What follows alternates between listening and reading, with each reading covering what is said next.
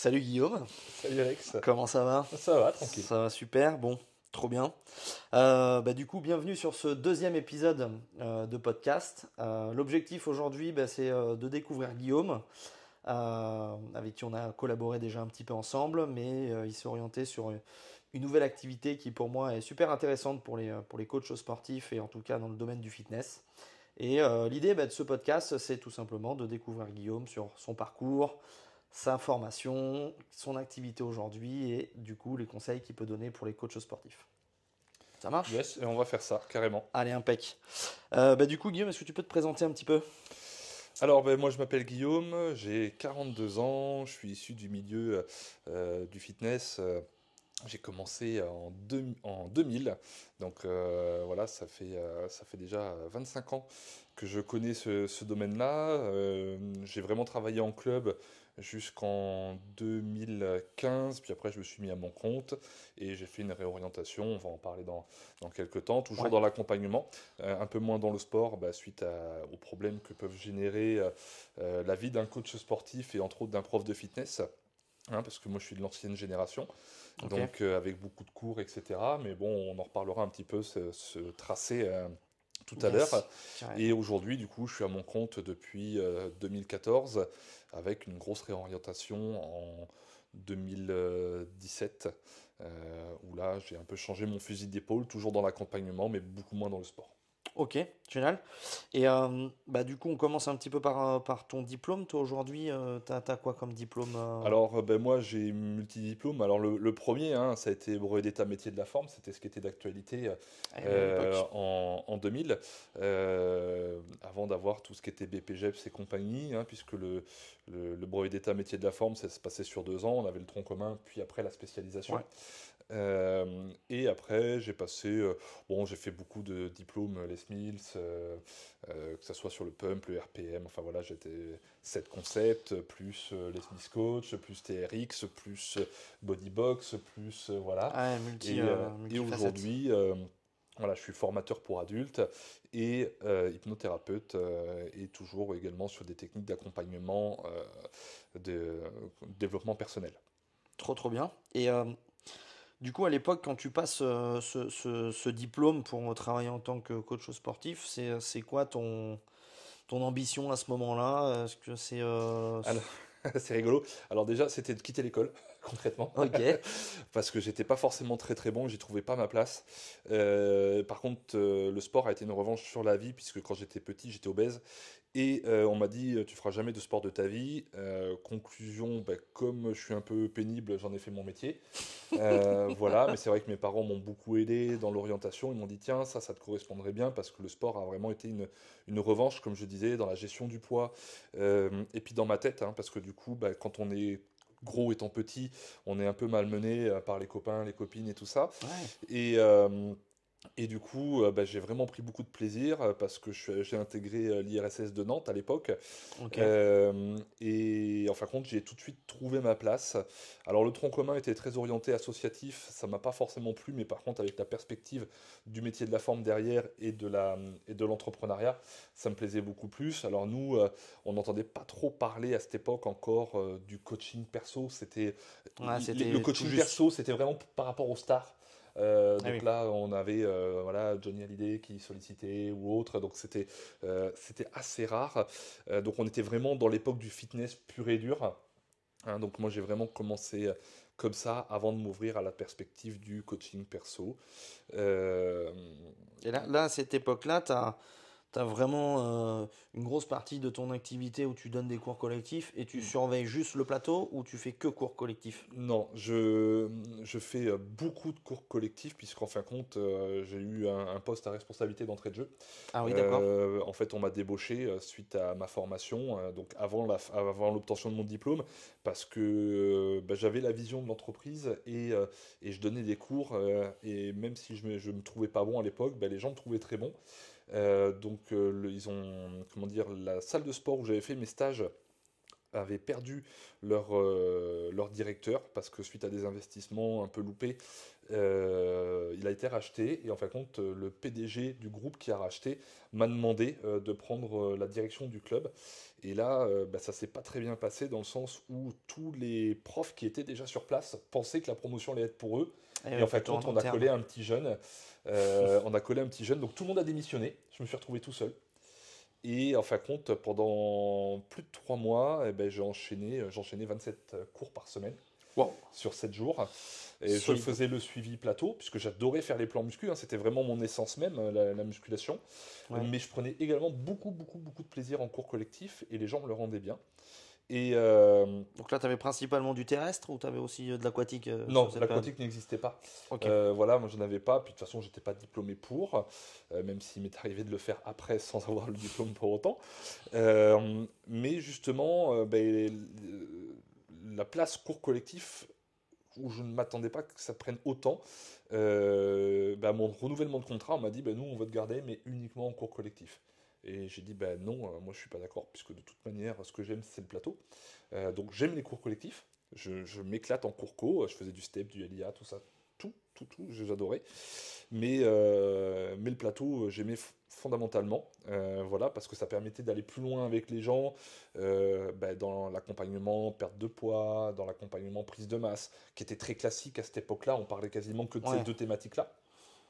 Donc je suis parti sur un petit club, après vraiment un club rural, où là j'ai été recruté très rapidement, où j'ai pris le poste de second. En plus j'étais commercial.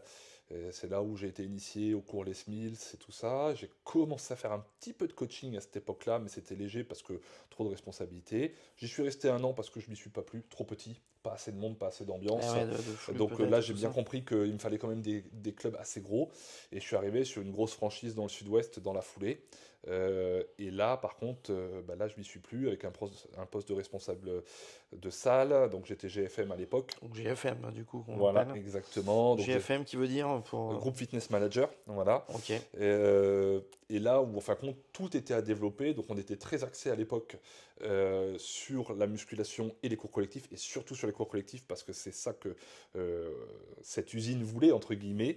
Alors quand je parle d'usine, c'est parce qu'il y avait un très très gros débit, hein. C'était vraiment des très grosses salles, ils Eh étaient ouais, 3 ça. franchisés, que tu connais également. Et, euh, et à partir de là, on a commencé à mettre en place, pour des questions de rentabilité de salle, le personal training, où là, il a fallu apprendre aux coachs à vendre, et ça a été très compliqué. Il a fallu mettre les coachs à niveau technique également dans pas mal de disciplines de coaching. Ça a été très compliqué aussi, parce que là, j'avais quasiment finalement 30 coachs à superviser après. Et on est monté jusqu'à 50. Donc, parce qu'il y avait également les équipes commerciales qu'il fallait briefer et tout ça. Et ouais, pour faire une bonne transition jusqu'à Exactement. la prise en charge, c'est sûr. Exactement. Donc là, d'où l'importance vraiment de la vente et de la technique, parce que du coup, il fallait que les coachs soient à hauteur. Mais c'est vrai que c'était une cadence infernale entre les cours collectifs et le coaching.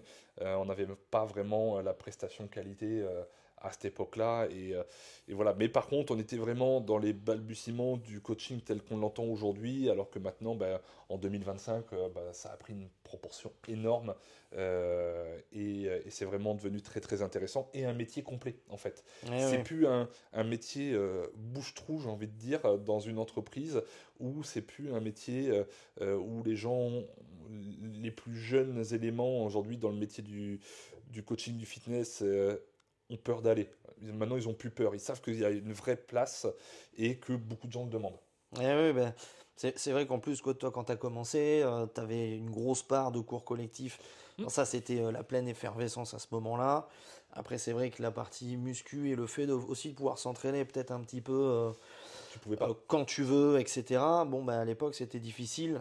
Tu allais sur les cours. Là, aujourd'hui, beaucoup de concepts, des grandes chaînes aujourd'hui, tu arrives, tu passes ta carte, tu t'entraînes, tu te barres, Ouais, ouais. et tout est cool, quoi. Donc c'est vrai que je te rejoins là-dessus sur le fait que les gens, enfin les coachs sportifs aujourd'hui ont un vrai pouvoir dans les salles, et Hmm. tu sais plus, bon, on met un coach ici, c'est il doit faire, il doit faire partie vraiment du concept, Ben, quoi. c'est vrai qu'en plus, les coachs ne pouvaient pas trop s'exprimer à l'époque, au tout début, parce que concrètement, moi, quand j'ai démarré, j'avais 27 cours par semaine. Ah oui, Donc, physiquement, c'est terrible, hein, voilà, c'est c'est hyper difficile. exactement ça. Je faisais 7 RPM par semaine. Donc, et des fois 2 par jour. Donc, c'était trop compliqué. Quand j'ai fait la petite salle, là, c'était plus tranquille. J'avais 12-13 cours par semaine. Mais finalement, ça fait un tel shoot, un tel écart entre les 27 et les 13 que le corps se sent pas bien non plus. Et de l'autre côté, bah, au bout d'un an, quand je repars, j'ai réatterri à une cadence entre 20 et 25 cours.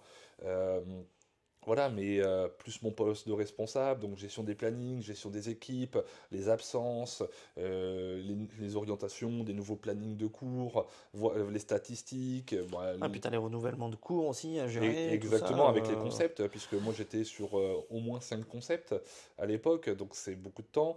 Et puis après, ce qu'il faudra, on en parlera tout à l'heure, je pense que ça peut être intéressant. Ouais, Il y a le moment où on est célibataire et on est coach, le moment où on rencontre quelqu'un et on est toujours coach, le moment où on est avec quelqu'un et on fonde une famille.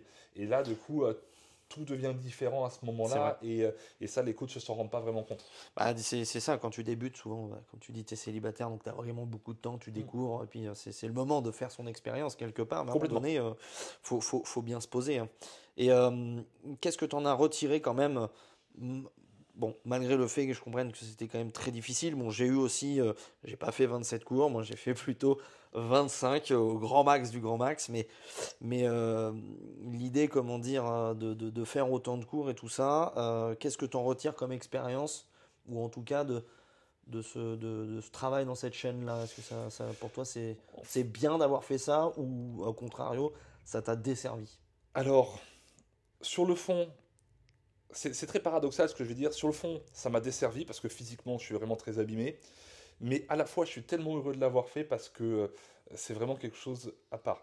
Sauf que quand c'est ta première référence, je pense au premier club que j'ai pris à 27 cours par semaine, ben, on est tellement entraîné à cette époque-là. On est jeune, on sort de formation, on nous a formés Ouais, puis t'as physiquement. du boulot, t'y vas, quoi. Voilà, et puis en plus c'est ton premier taf, donc tu as envie de bosser, quoi. Parce que Ouais. franchement, moi, les mecs, ils me sortent 2 mois avant la fin de la formation, ils me disent, ok, c'est toi qu'on veut, ok, super. Je demande à l'école en me disant, ben ouais, est-ce que c'est bon? Ouais, ouais, t'inquiète, on a fini le programme, ça va le faire, machin. Je sais que si je quitte l'école, que je vais passer mon diplôme, mais que je l'ai pas, en fin de compte, j'ai tout perdu. Donc il y avait vachement de pression, mais à la fois, j'étais trop content. L'excitation aussi. C'était une reconnaissance, vraiment. Par contre, c'est vrai que dans le temps, bon, moi j'ai quand même fait, on va dire, 15 ans de salle, vraiment. Hein, donc, je suis un vieux dans ce système-là, et en effet, à la fin, on voit vraiment que, je vais utiliser le terme, ça m'a bousillé, quoi. Sur la dernière salle, je me suis déchiré 2 fois le mollet droit, 2 fois le mollet gauche, sectionné le biceps, je suis arrivé jusqu'aux hernies discales, je suis arrivé jusqu'à la paralysie. Donc en fait, Parce que ton corps, c'est quand même ton outil de travail, donc tu es obligé c'est ça. de Et en fait, continuer. là où c'est déconnant, et on s'en rend compte une fois qu'on sort de tout ça, c'est qu'on dit à nos clients, nos élèves, ben, n'en faites pas trop, c'est pas le volume qui vous apportera des résultats. Nous, on est pris dans le fait de devoir en faire beaucoup, donc ils se disent, ben, ouais, mais toi tu le fais, oui, mais moi c'est mon métier, donc fais ce que je dis, pas ce que je fais. Et si tu réfléchis bien, on a un super niveau sportif globalement quand on est dans ce schéma-là. Et ben, 30 heures de sport par semaine quand tu es en pointe, c'est comme si je courais 10 marathons par semaine avec 5 semaines de récupération étalées sur l'année, chose qu'aucun sportif de haut niveau ne fait. Oui, c'est ce que j'allais dire. Tu es considéré comme un sportif de haut niveau, là, quand même, Ben, en fait, nous, on se vu. considère comme des sportifs de haut niveau, mais le commun des mortels, non, pas du tout. Parce que moi, je me rappelle, dans mon premier taf, j'ai une jeune fille qui est venue me voir après un cours de vélo et qui me dit, putain, on te voit souvent ici, mais tu fais quoi comme boulot à côté? Ben non, je travaille ici. Ah bon, on peut faire un métier comme ça? Voilà, ça Eh oui, savait c'est pas, les débuts, c'est normal. ils n'étaient pas éduqués. Donc, c'est assez hallucinant. Mais donc, ouais, je pense qu'à la fin, ça m'a vraiment desservi et il n'y avait plus d'écoute. Le club était devenu trop gros, et en fin de compte, la gourmandise, chiffre d'affaires du patron par rapport au côté humain pourtant qu'il prônait était plus équilibré. Et en plus, ben, je pense que beaucoup de choses étaient dites à côté. Ils voyaient d'autres clubs marcher différemment, avec plus de résultats, avec peut-être moins de main-d'œuvre. Donc, du coup, il faisait sa compression, entre guillemets, salariale. Et ce qui fait que on mangeait vraiment, hein, on mangeait. Il y en a qui ont tenu, d'autres qui ont explosé beaucoup plus vite. Donc, je pense que sur le long terme, en tous les cas, ça a desservi. On est vraiment rentré dans un côté surentraînement. Moi, je vois, je faisais des fois jusqu'à 50 heures semaine en rajoutant le coaching. Ouais, ça Euh, commence à faire. donc, voilà, je faisais mes 35 heures. Alors, au début, j'étais à 39 et je rajoutais 15 heures de coaching à côté. Euh, Alors, ça va que tu avais de l'expérience, donc tu arrivais à maintenir comment dire, un suivi et une prestation de qualité, mais c'est vrai que quand tu es jeune, tu arrives dans une oui, telle machine à laver, on peut pas se. Enfin, ça sert à rien de le cacher, mais c'est très difficile de maintenir une très bonne qualité de ouais. suivi Et puis pour les surtout que quand clients. tu es jeune, t'as pas la maturité pour. Ouais, en plus. C'est vraiment ce, ce qui va trancher, c'est que du coup, pour bien interagir avec les gens et les clients, ben, quand tu arrives, que tu n'as que 20 ans, c'est vrai que la partie personal training, elle n'est pas si évidente que ça. Tu manques un peu de maturité. Je pense que la maturité, tu l'as à partir de 24-25 ans, où là, tu commences à faire des choses beaucoup plus pertinentes. Donc, c'est vrai que le tremplin de 18-20 ans jusqu'à 24-25, il est intéressant de se faire sur des plateaux muscu, sur du fitness, mais ça n'engage que moi, hein, mais parce que j'estime que globalement, je ne vais pas mettre tout le monde dans le même panier, il y a toujours des gens qui sortent du lot, mais ça manque de vision entrepreneuriale et de connaissances tout simplement. On croit que quand on sort de la formation, on sait tout, mais en fait, on en apprend encore et encore tout le temps. Ça, on est obligé, et comme le marché évolue très vite, Mm. les tendances, là on voit que ça se sectionne beaucoup avec tout ce qui est un petit peu street, le SBD, powerlift, enfin on voit tellement de petites sous-catégories que du fitness général, parce qu'à l'époque Oui, c'était fitness général où si on avait la chance on pouvait accéder à une salle de body, mais c'était oui. du body, et là aujourd'hui on arrive à se mettre en forme juste à faire du fitness, donc c'est ça Mhm. qui a beaucoup évolué. Je voulais rebondir sur le fait que tu es quand même accompagné beaucoup de coachs sportifs, Ouais. parce que c'est aussi ce que je fais en parallèle accessoirement. Euh, quel, euh, Qu'est-ce que tu en ressors de cet accompagnement? Aujourd'hui, tu disais que sortir du diplôme, juste d'un diplôme, ça suffit pas, il faut faire ses armes, Mm. etc. Mais pour toi, si les coachs sportifs, qu'est-ce qu'ils avaient comme besoin précis au départ et comment tu as su répondre un petit peu Alors c'est très à la compliqué cadence? quand tu supervises des coachs au sein d'un club. Parce qu'en fin de compte, ce sont des coachs qui sont salariés, des gens qui sont des fois implantés depuis très longtemps, et ils n'ont pas envie de changer leur routine. Hmm. Donc eux, ils subissent une décision qu'il faut implanter du personal training dans le club, mais ils n'en ont pas envie, ils en ont pas la compétence, ou ils ne veulent pas en avoir la compétence, ils veulent pas qu'on leur rajoute des choses en plus. Donc c'est très compliqué de venir les séduire et de leur apporter... Pour le euh, modèle salarial, tu parles. Ouais, Ouais, pour le ouais. modèle salarial. Ouais. Là, on parle vraiment dans le cadre des clubs que moi j'ai supervisés, parce que bien évidemment, le discours sera différent de quelqu'un qui veut faire du personal training et qui vit du personal training. Là, ces profs-là, la plupart du temps, c'était des profs, il fallait leur apprendre la vente, puisqu'on avait des objectifs de vente. Ils n'étaient pas élevés par rapport à des commerciaux qui étaient à l'accueil. T'avais un taux de transfo à combien à peu près? Tu te rappelles de ça? Mais moi, ouais, j'étais à 70% de taux de transfo. Quelqu'un qui venait, déjà, c'est qu'il était présélectionné, quoi. Donc Ah oui, s'il j'avais. vient s'inscrire dans une salle, où il arrive devant toi, Oui, puis c'est il surtout faut qu'on a donner. importé le personal training après les cours collectifs. Donc ils savaient ce que je faisais en cours En collectif, plus. le niveau physique, l'engagement, ma spécialité et tout ça. Donc ça a inspiré énormément. Ça peut être un très très bon levier. Si t'es pas bon en cours collectif, ça peut te desservir de passer sur du personal training. Mais si tu es bon dans ce que tu fais et que en plus tu as la tâche et tu as des connaissances, Pour bah, transmettre la passion, quoi, tout ben, simplement, hein. exactement. Là, ça devient un super levier. Moi, je trouve c'est dommage de se priver de ce levier-là pour pouvoir faire de l'acquisition. Ouais. Mais voilà, donc la difficulté dans les clubs, c'était de rajouter une activité qui allait demander un effort à des gens qui étaient déjà pressés comme des citrons physiquement. Ouais, ouais. Et en plus, qui des fois avaient déjà 40, 45 ans, voire 50 ans, et qui se disaient, c'est bon, Une moi je suis formation de plus. exactement, parce que ils n'avaient pas envie d'évoluer, ces gens-là. Et ça existe. Maintenant, quand on avait des petits jeunes qui se disaient, bah ouais, mais moi, c'est ça que je veux faire. Les cours, ça m'intéresse pas trop. Je le fais parce qu'on me l'impose. Mais ma directive, c'est vraiment, je veux aller en personal training. Et ben, en fait, moi, je suis désolé. J'avais des petits jeunes de 18, 20, 22, 25 ans. Ils avaient plus les crocs que ceux qui avaient 45 ans. Et quand je lançais des événements, je faisais des soirées les Smith Coach ou des choses comme ça à l'époque, puisque c'était eux qui avaient vraiment lancé le truc. euh, C'était eux qui venaient avec moi. J'étais obligé de préparer les discours et de parler pour mes autres collègues. Par contre, les stagiaires, eux, ils attendaient qu'une chose, c'était que je leur donne la Ah, parole. ils sont à fond. Et ils étaient au taquet. Des gens que tu as connus en plus. Donc j'avais plus de rapprochement avec ces petits jeunes et ils me disaient ouais, est-ce que je peux venir observer, est-ce que je peux filmer des morceaux de tes séances, parce que moi j'adorais ça quoi. Oui, parce qu'il y a cette notion de passion. Moi, je trouve que c'est très important, surtout dans ce métier-là où tu dois donner Mm. beaucoup de ta personne. Si t'es pas passionné, bon, c'est difficile de tenir sur du long Ouais, terme. Donc, exactement. D'où l'importance vraiment. Il va y avoir vraiment deux groupes. Il va y avoir le coach indépendant et le coach qu'on dit être coach parce que la structure l'a décidé et c'est comme si on te rajoutait un cours supplémentaire. Alors que lui, il était tranquille à passer derrière le comptoir, à parler avec les clients. Ben non, tu lui rajoutes du boulot et il n'a pas plus forcément compliqué. envie. Voilà. Et donc, ouais, t'as vraiment cette notion vente au départ. Ça, pour toi, c'est important parce que Ouais. tu étais déjà dans une structure qui apportait des Oui. clients. Là, du coup, bon, il y a juste finalement, juste, ça, entre guillemets, mais tu convertis Mm. et après, gérer ton portefeuille client. Ça, c'était en gros les trois grosses phases qu'un Mais coach il en y avait personal ça, training dans donc les notre club. nous souvent, ben, comme au début on avait quand même beaucoup de cours, ce qu'on faisait c'était on faisait le haut de tunnel, en fin de compte on captait les gens et on redirigeait vers les commerciaux. Ah oui, Donc ça c'était, puis les commerciaux étaient intéressés parce que finalement quand tu ramenais les clients, bah, eux avaient une com et puis nous on avait une com sur la vente ou inversement. Donc c'était ça les intéressait. ça, c'était un jeu d'équipe un petit peu parce que tu as quand Ah même une mais équipe complètement, commerciale.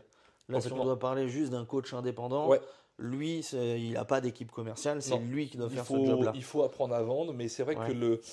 la problématique souvent des coachs, c'est de se dire, ah ouais, mais moi je suis pas un commercial. Il faut se retirer de cet esprit-là, de dire, il faut que je vende. En fait, il faut donner envie d'acheter. C'est bien plus important.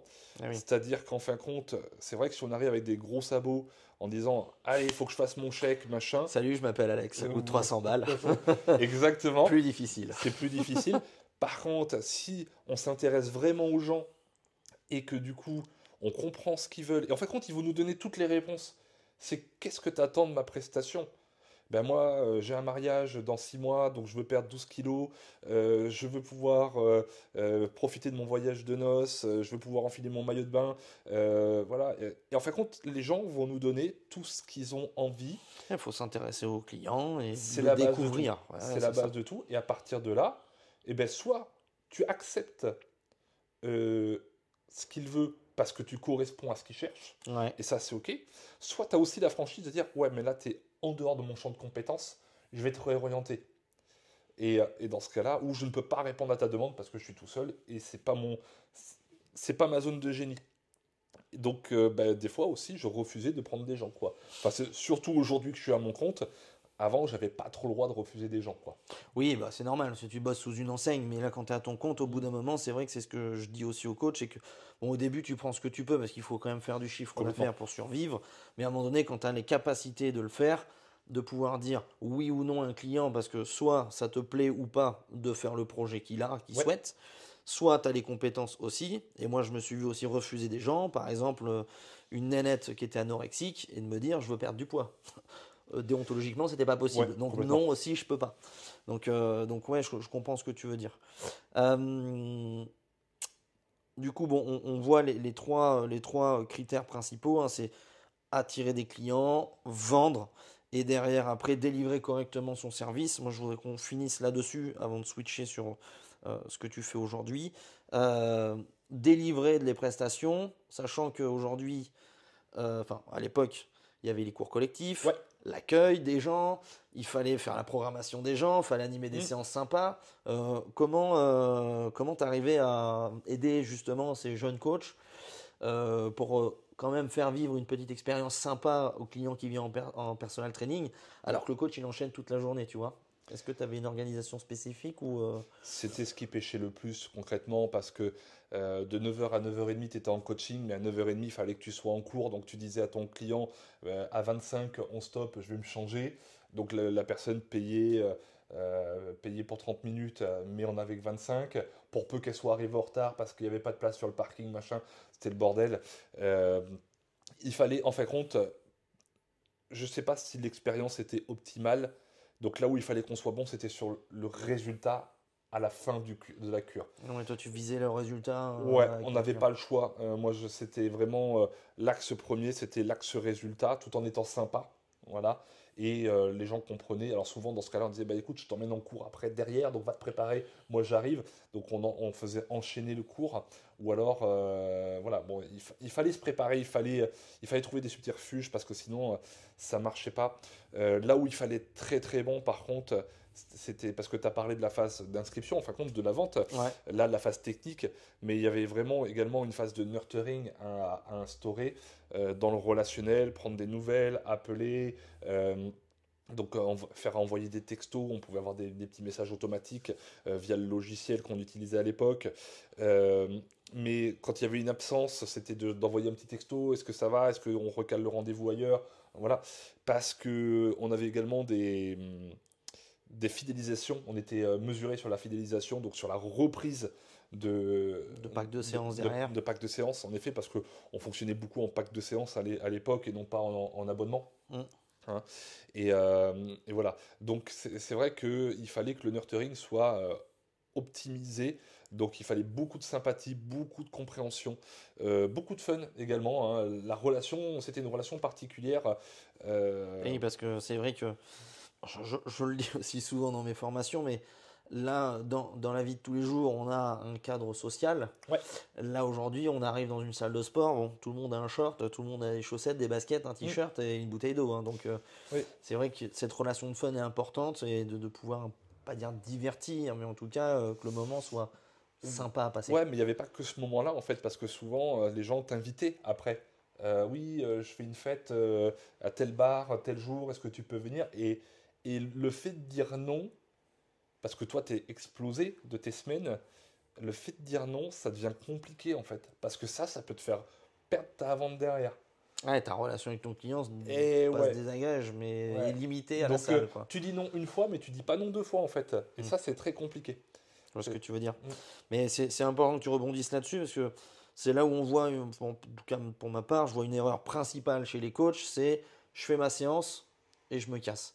Et pour moi, ça c'est la pire erreur, parce que tu viens de le soulever justement, c'est en fait le coaching, c'est actionner un max de levier pour que le client obtienne Mm. ses résultats. Tu as parlé de résultats juste avant, mais ça passe par le petit SMS, ça passe par éventuellement une sortie extra salle, ça passe par des relations de fun, etc. Et je trouve que c'est hyper important si tu veux avoir en tout cas un Ben, service premium. Tu vois ce que Mais je veux en dire? fait, c'est ça. Et quand tu es encore salarié d'une salle, c'est une chose. Mais quand tu es à ton compte, moi, je sais que tous les ans, j'organisais une rencontre élève, entre guillemets, et je louais dans un bar, je faisais un apéro tapas. Et du coup, bah, moi, je payais pour tout le monde.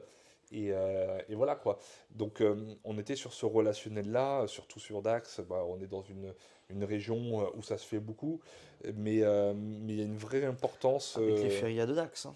Voilà. Mais ouais, ouais, sachant que moi, c'est pas trop mon truc, les férias de Dax. Mais du coup, Non, non, mais ouais, après, en étant à mon compte, j'ai bien compris que cette phase de nurturing, elle était Et ouais. hyper importante, quoi. Oui, oui, faire vivre une belle expérience et ça passe par ça. Ouais. Ouais, je suis ok.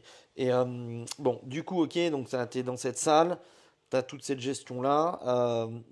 Bon, du coup, on arrive à un épuisement total de ta Ouais. part. Là, Ouais, tu ouais. veux switcher de projet. Exactement. Comment ça se passe ce switch pour toi, même mentalement? Comment tu vis la chose à cette Ah époque-là? bah là, je la vis très très mal, on va être clair, Ouais. puisqu'en fin de compte, je savais que j'étais plus à la bonne place suite à pas mal de blessures.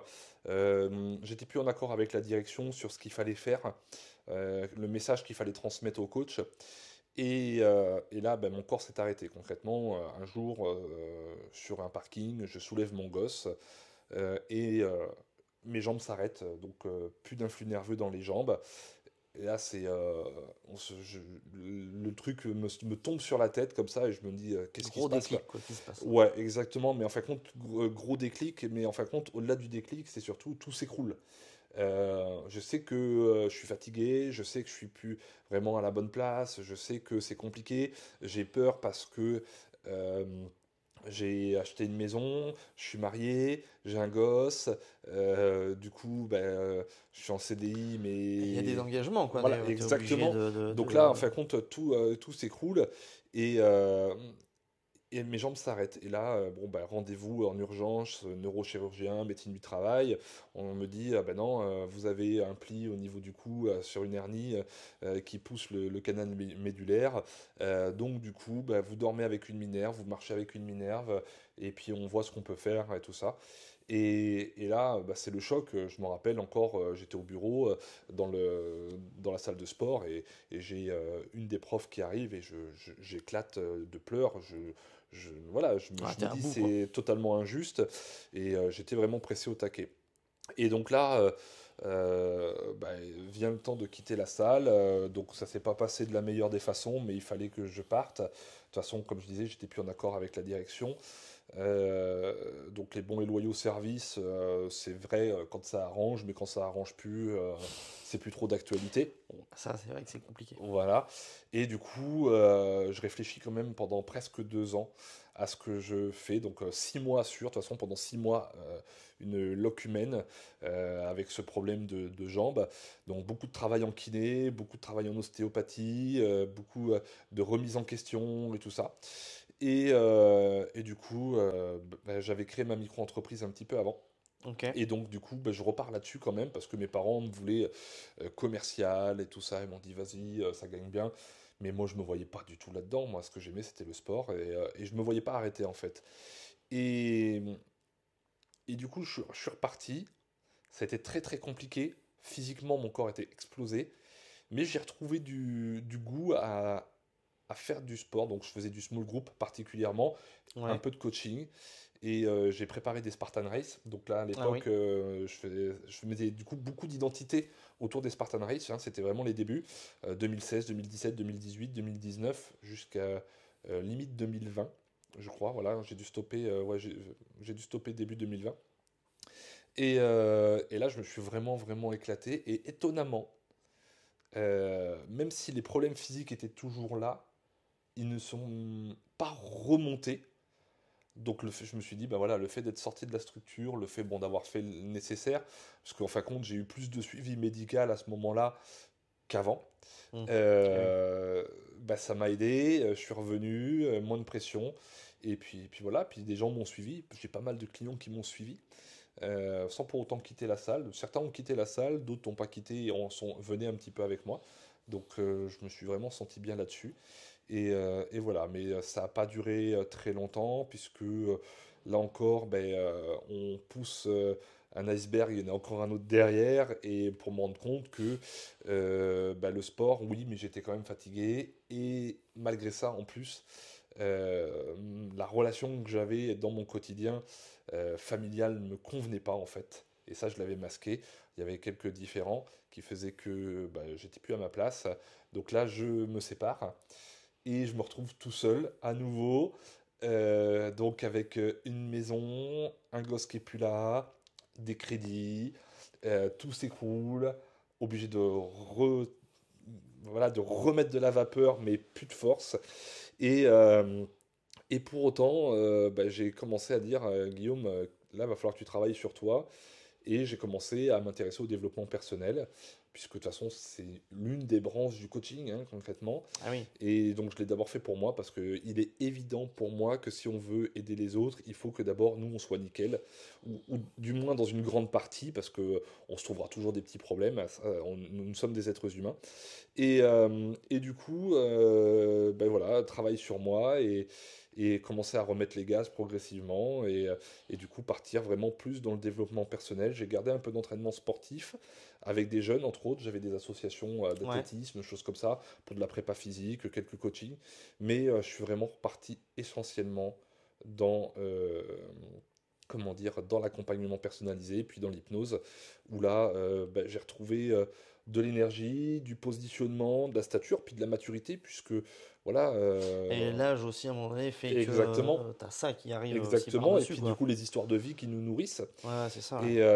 Et voilà, donc là aujourd'hui j'en suis là avec un centre de formation, une partie consultation à côté sur le développement personnel, l'hypnose, la résolution des problématiques, et puis justement de pouvoir former les gens dans ce domaine-là, parce que c'est un super outil qui permet de débloquer beaucoup de situations, quoi. Ouais, ouais, ouais. Non, mais c'est sûr que c'est hyper intéressant ce pôle-là parce que ça revient, il y a sport, nutrition, et il y a quand même le mindset, l'état Complètement, d'esprit, donc c'est ça, exactement ça ça. vient de suite bien se matcher avec ce que tu avais avant.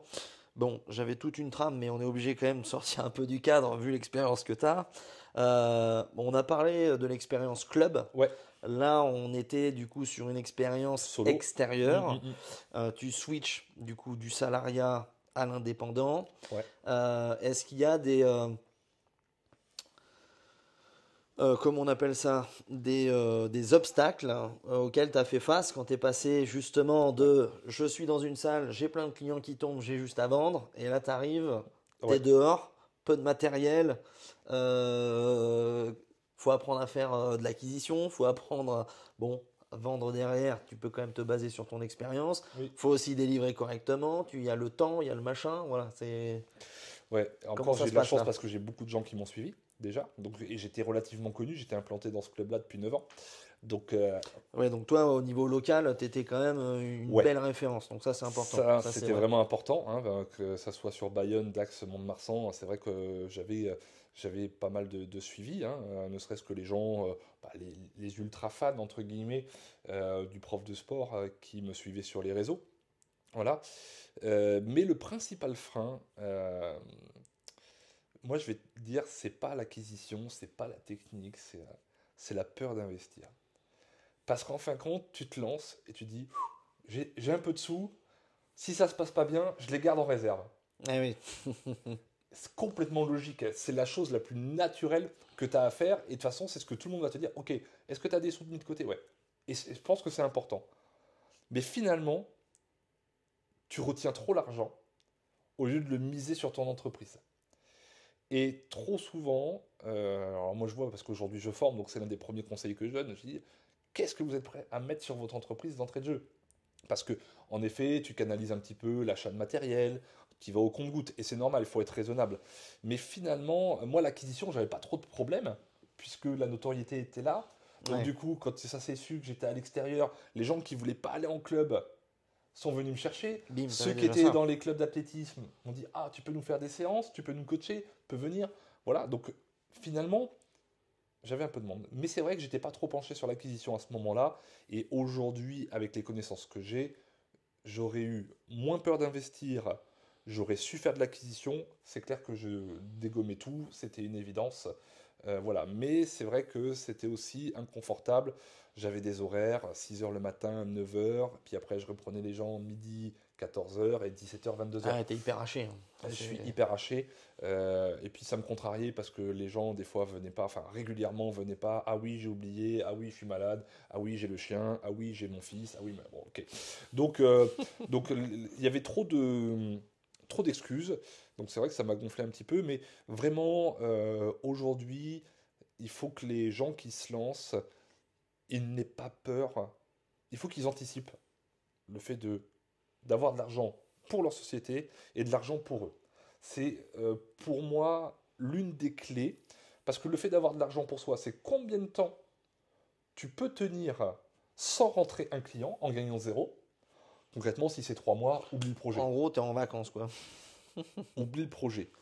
Si par contre tu as un an pour tenir, par exemple parce que tu as du pôle emploi ou peu importe, ah, tout est différent. Et ensuite, combien tu es prêt à mettre sur ton entreprise? Parce qu'aujourd'hui, tu peux travailler avec des choses un peu rustiques, un matériel un petit peu usagé, c'est pas un souci. Mais comme moi en plus j'étais en mode nomade, bah, il fallait que la voiture elle puisse transporter. Moi j'avais des kilos de kettlebell dans la bagnole, j'avais les garde-boue de la voiture derrière qui touchaient les pneus, quoi. Ah la vache. Voilà, donc Ouais.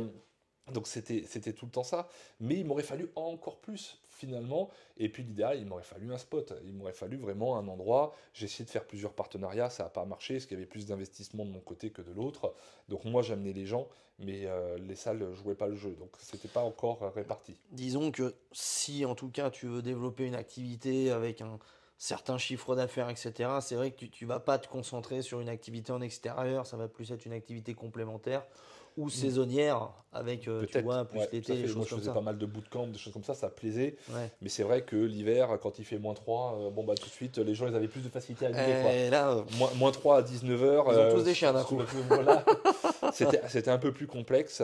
Mais voilà, donc vraiment, moi, c'est le facteur finance que je conseillerais vraiment parce que c'est ce qui va vous permettre de miser sur votre entreprise, de miser sur vous. Il va falloir acquérir des compétences. Parce que globalement, les compétences techniques, vous allez avoir un joli panel quand vous sortez de formation ou que vous avez déjà de l'expérience depuis plusieurs années. Mais par contre, ce qui va vous manquer cruellement, et ça c'est valable à plus de 8 personnes sur 10, c'est des compétences entrepreneuriales. C'est-à-dire comment est-ce qu'on gère une entreprise. En France, c'est obligé de passer par cette étape-là. Euh, Quelle fiscalité je vais adopter. Et oui, en fonction du Ouais, business que parce tu qu'en fin de veux. compte, en France, si on ne sait pas si on ne connaît pas un minimum sur la fiscalité, on se fait déglinguer, ça c'est une obligation. Donc est-ce que je fais de la micro, est-ce que je fais du réel, est-ce que je fais une USARL, une EURL? Voilà, tout va dépendre des investissements de Ça, on base. peut faire plein de vidéos là-dessus, hein. Oui, on peut en faire plein, complètement, et c'est très intéressant. Et puis même quand tu es un peu intéressé, je pense que tu sais pas tout, moi je ne sais pas tout, perso. Ah ouais, c'est ça. Voilà. Derrière ça, ça va être donc au-delà des compétences entrepreneuriales, des compétences de vente, en effet, mais avant même de la vente, de l'acquisition. Donc aujourd'hui, le levier des réseaux sociaux, est-ce qu'on est sur un réseau social, deux réseaux sociaux? Est-ce que vous voulez en faire 5, 10? Ben, c'est d'autant plus de travail. Donc si vous ne savez pas gérer des réseaux, ben, n'allez pas en faire 50 000. Ouais, Euh, simplifier le process au max. Ça, ouais, c'est, il faut limiter les points de friction. Concrètement, mais ça, je suis d'accord avec toi. Mais tu vois, là, on parle d'investissement par rapport à la formation, etc. Parce Mm, qu'on n'a jamais assez. Au final, comme on apprend tout le temps, c'est bien d'essayer de se faire former pour gagner du temps. mm. Mais tu vois, je compléterai avec ce que tu dis, c'est aussi de discuter avec des personnes qui ont déjà peut-être Oui. fait le chemin. Ah, mais de toute façon, Parce que c'est pas av- grand-chose des fois, mais juste un mm, échange, une discussion, une rencontre, boum. complètement. En fait, c'est avoir. Moi, je pense qu'aujourd'hui, ce qui est très important et qui n'est pas trop mis en avant en France, mais aux États-Unis beaucoup plus, c'est le système de mentoring. Le mentorat, de connaître des gens qui ont fait, d'aller avec des gens qui ont fait, vont concrètement vous faire gagner un temps monstre. Et il faut comprendre une chose, c'est que il y a plusieurs choses. Moi, il y a déjà le taux d'investissement. C'est-à-dire que le taux d'investissement, pour moi, il est d'environ 10% à l'année. C'est-à-dire que si vous voulez gagner 30 000 euros par an, vous devez avoir au moins 3 000 euros d'investissement. Voilà, moi Ah, toi, c'est tu fonctionnes à cette règle-là par ouais, la rapport règle des à... 10%.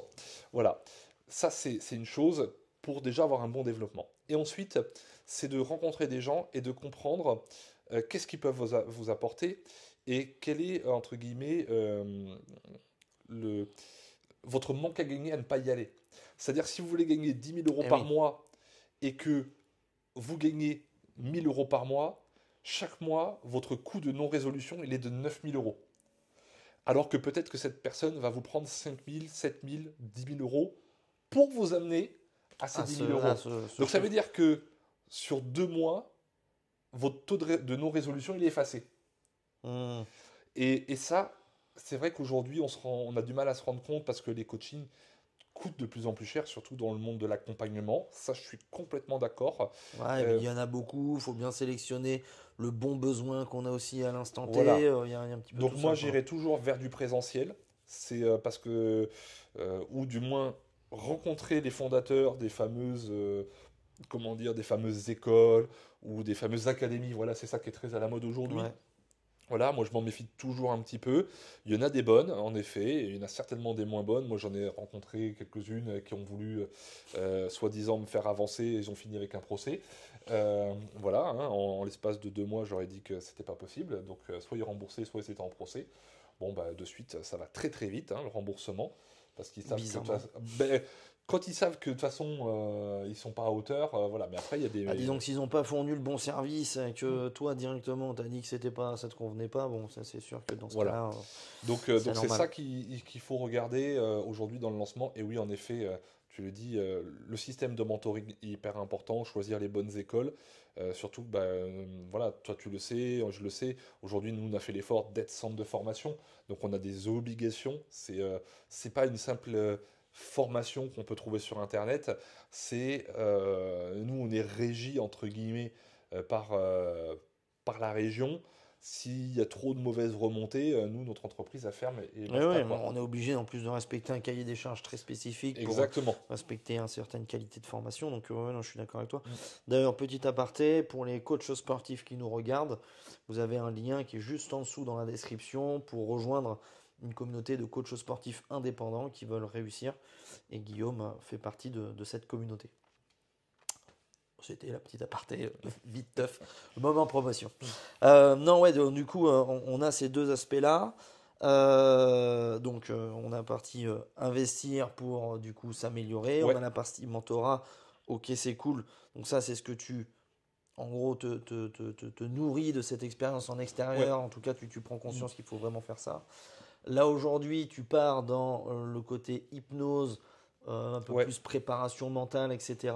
Mm, mm. Euh, Bah, parle-nous un petit peu de cette activité-là, justement. Pourquoi d'ailleurs Ben, en fait, euh, l'hypnose, parce que je trouve ça assez fascinant, ce qu'on peut obtenir grâce à l'hypnose. Alors, c'est pas sous hypnose, hein, voilà, même si j'aime bien faire différentes variantes de l'hypnose.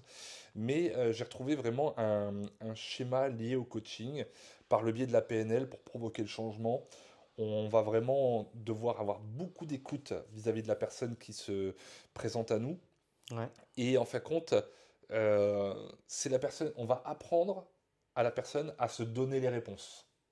ouais. C'est pas nous qui allons dire il faut que tu fasses ça. Bon, c'est pas toi qui donne la vérité au client, c'est lui qui Voilà, vient. exactement.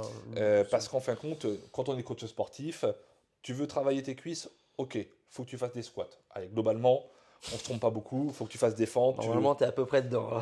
Voilà. Aujourd'hui, tu te sens pas bien dans ton travail, tu peux pas dire, toi en tant que coach, bah, quitte ton travail. Ok, qu'est-ce qui te fait dire que t'es pas bien dans ton travail? Ben moi la direction ça me plaît pas, mon métier me plaît pas, je suis pas assez payé. Ok, très bien. Mais si t'es pas bien dans ton travail, pourquoi tu y es encore? Ah parce que j'ai peur, tu comprends. Et en fin de compte, on va venir décortiquer tout ça et la personne elle va s'apporter les réponses par le biais de ce. On dit souvent qu'on enlève les couches de l'oignon en fait, mais c'est un peu Ouais. ça et on va aller vraiment chercher l'essentiel. Et du coup c'est qu'est-ce que tu pourrais mettre en place pour te sentir mieux? Bah, faut que je parte. Ok. Donc du coup, avec tout ce que tu m'as dit, est-ce que maintenant... voilà. Et du coup, on va aller travailler tout ça sous hypnose. Et c'est vrai que quand en plus on comprend bien ce schéma de la PNL, quand on comprend bien le fonctionnement des gens, c'est vraiment ce qu'on voit dans le module principal de l'hypnose, euh, c'est le comportement des gens, comment est-ce qu'ils réfléchissent, parce que c'est assez binaire finalement, mais on va vraiment travailler différents plans et surtout la partie émotionnelle. Donc c'est vrai que qu'est-ce qui peut contraindre une performance sportive? L'émotionnel. Pourquoi vous croyez que des sauteurs à la perche ou des sprinteurs prennent des préparateurs mentaux?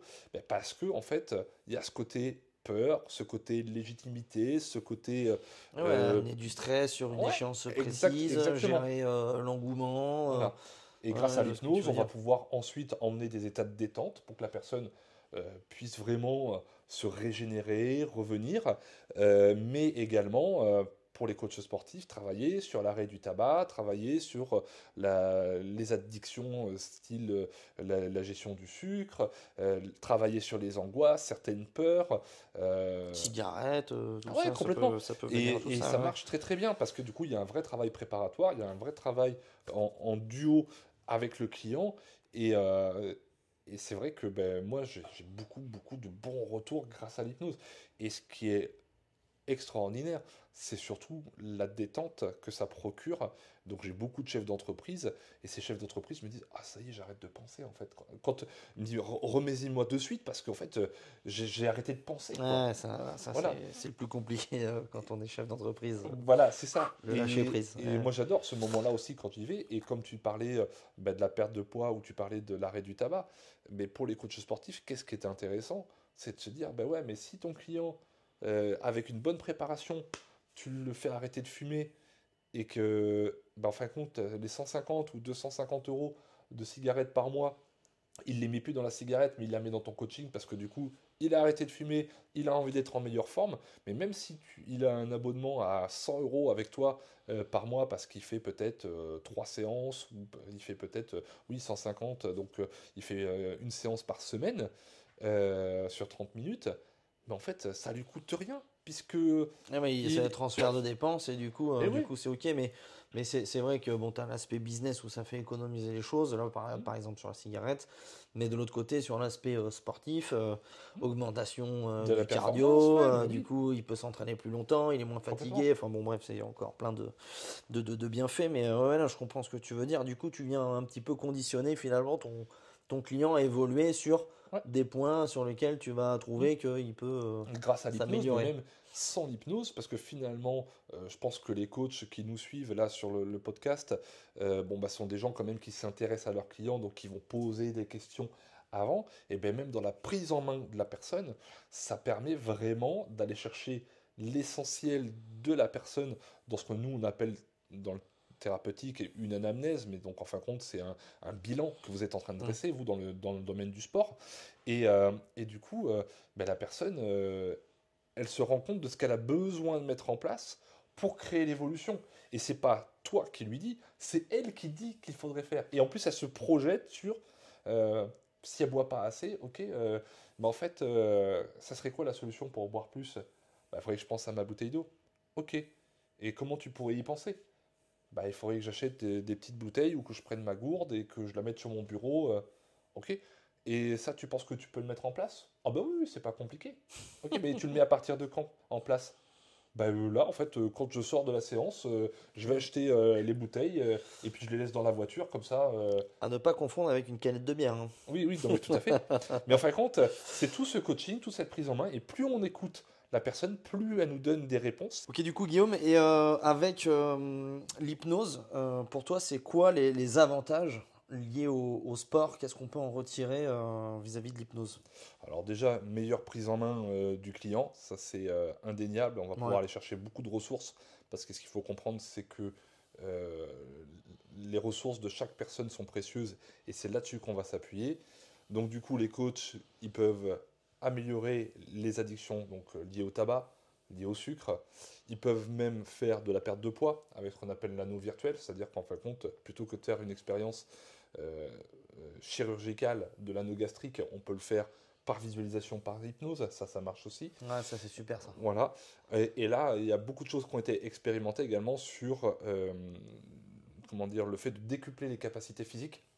Donc il y a des professionnels en CrossFit qui ont fait des WOD sous hypnose, par exemple, donc qui passent une barre qu'ils n'arrivaient jamais à passer, donc ils augmentent leur ERM grâce à l'hypnose. Ouais, par rapport à des blocages Ouais, exactement, et des qu'ils avaient. stimulations. Alors évidemment, il ne faut pas dire on va mettre 50 kilos de plus sur la barre, mais des barres avec 5 kilos, 6 kilos de plus, ils sont capables de les passer, ou plus de répétitions comme des pompes.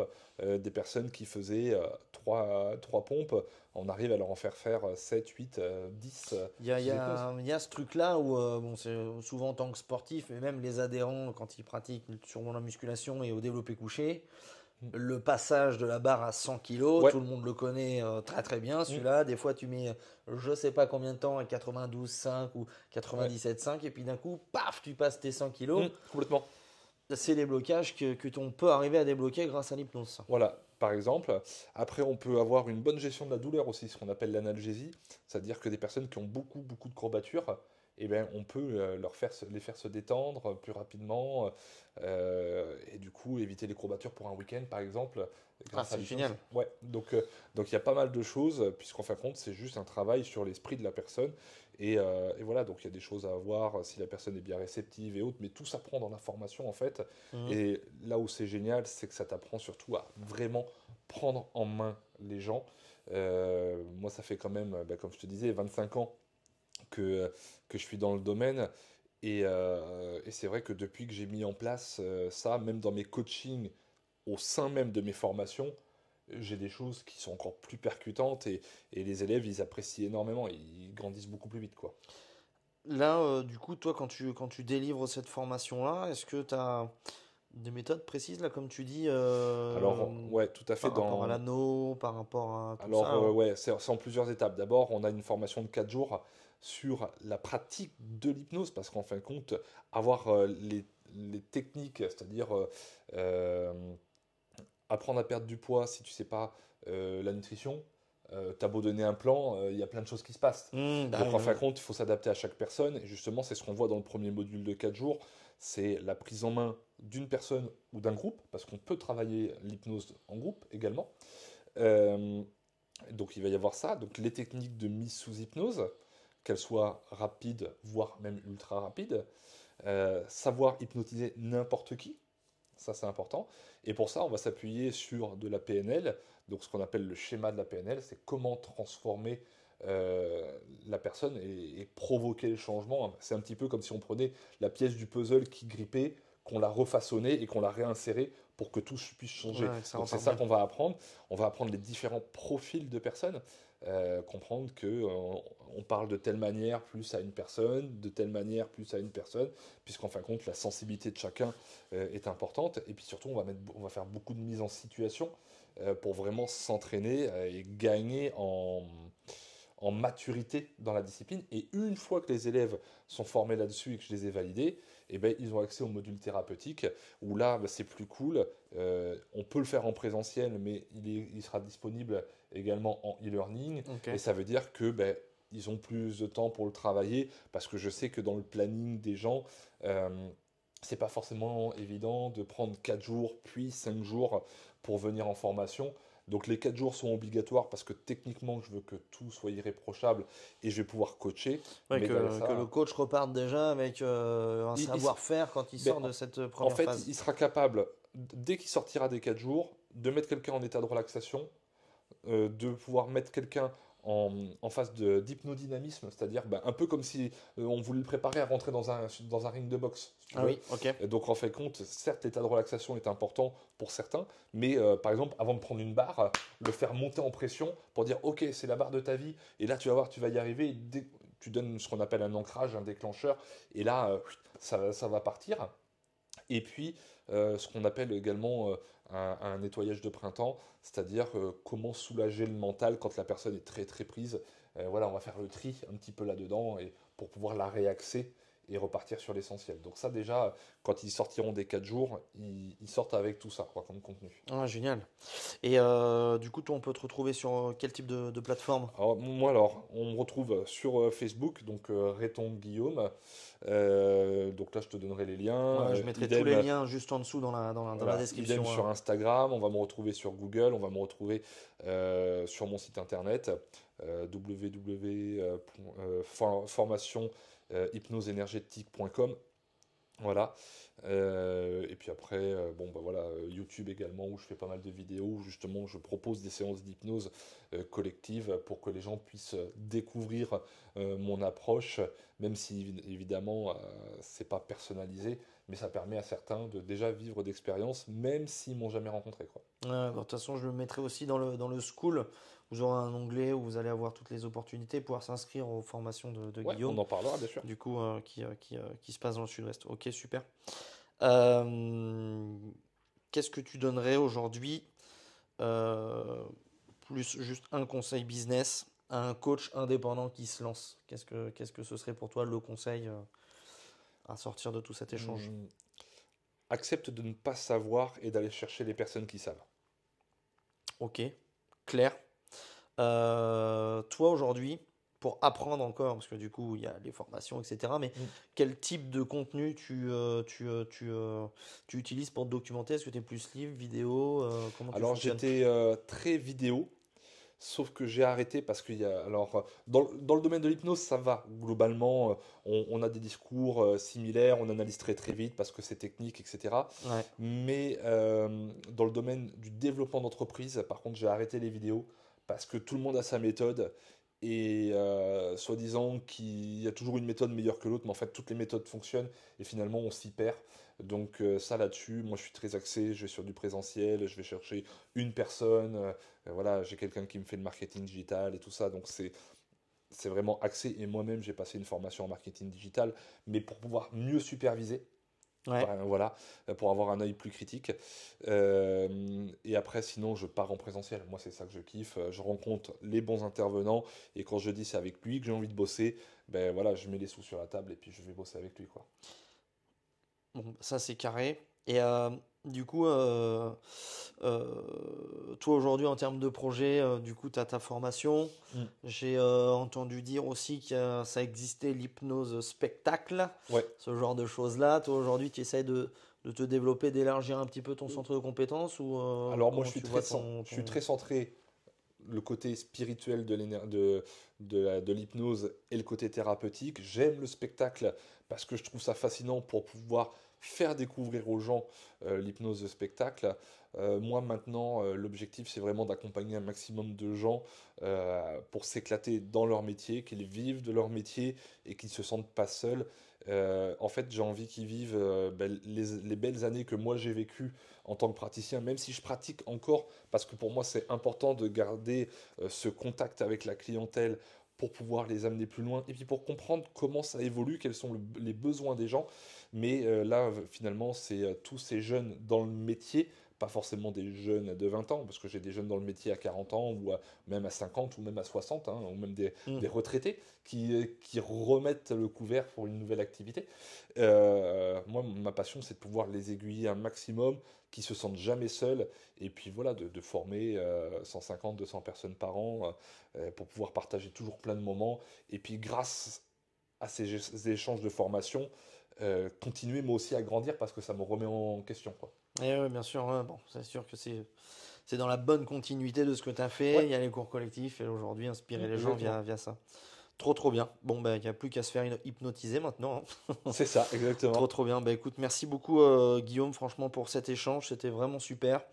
Je rappelle, pour tous les liens pour retrouver Guillaume, je mettrai tout en dessous dans la description.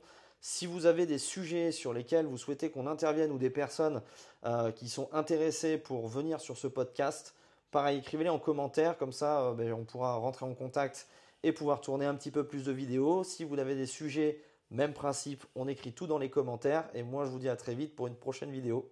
Ciao ciao! Salut!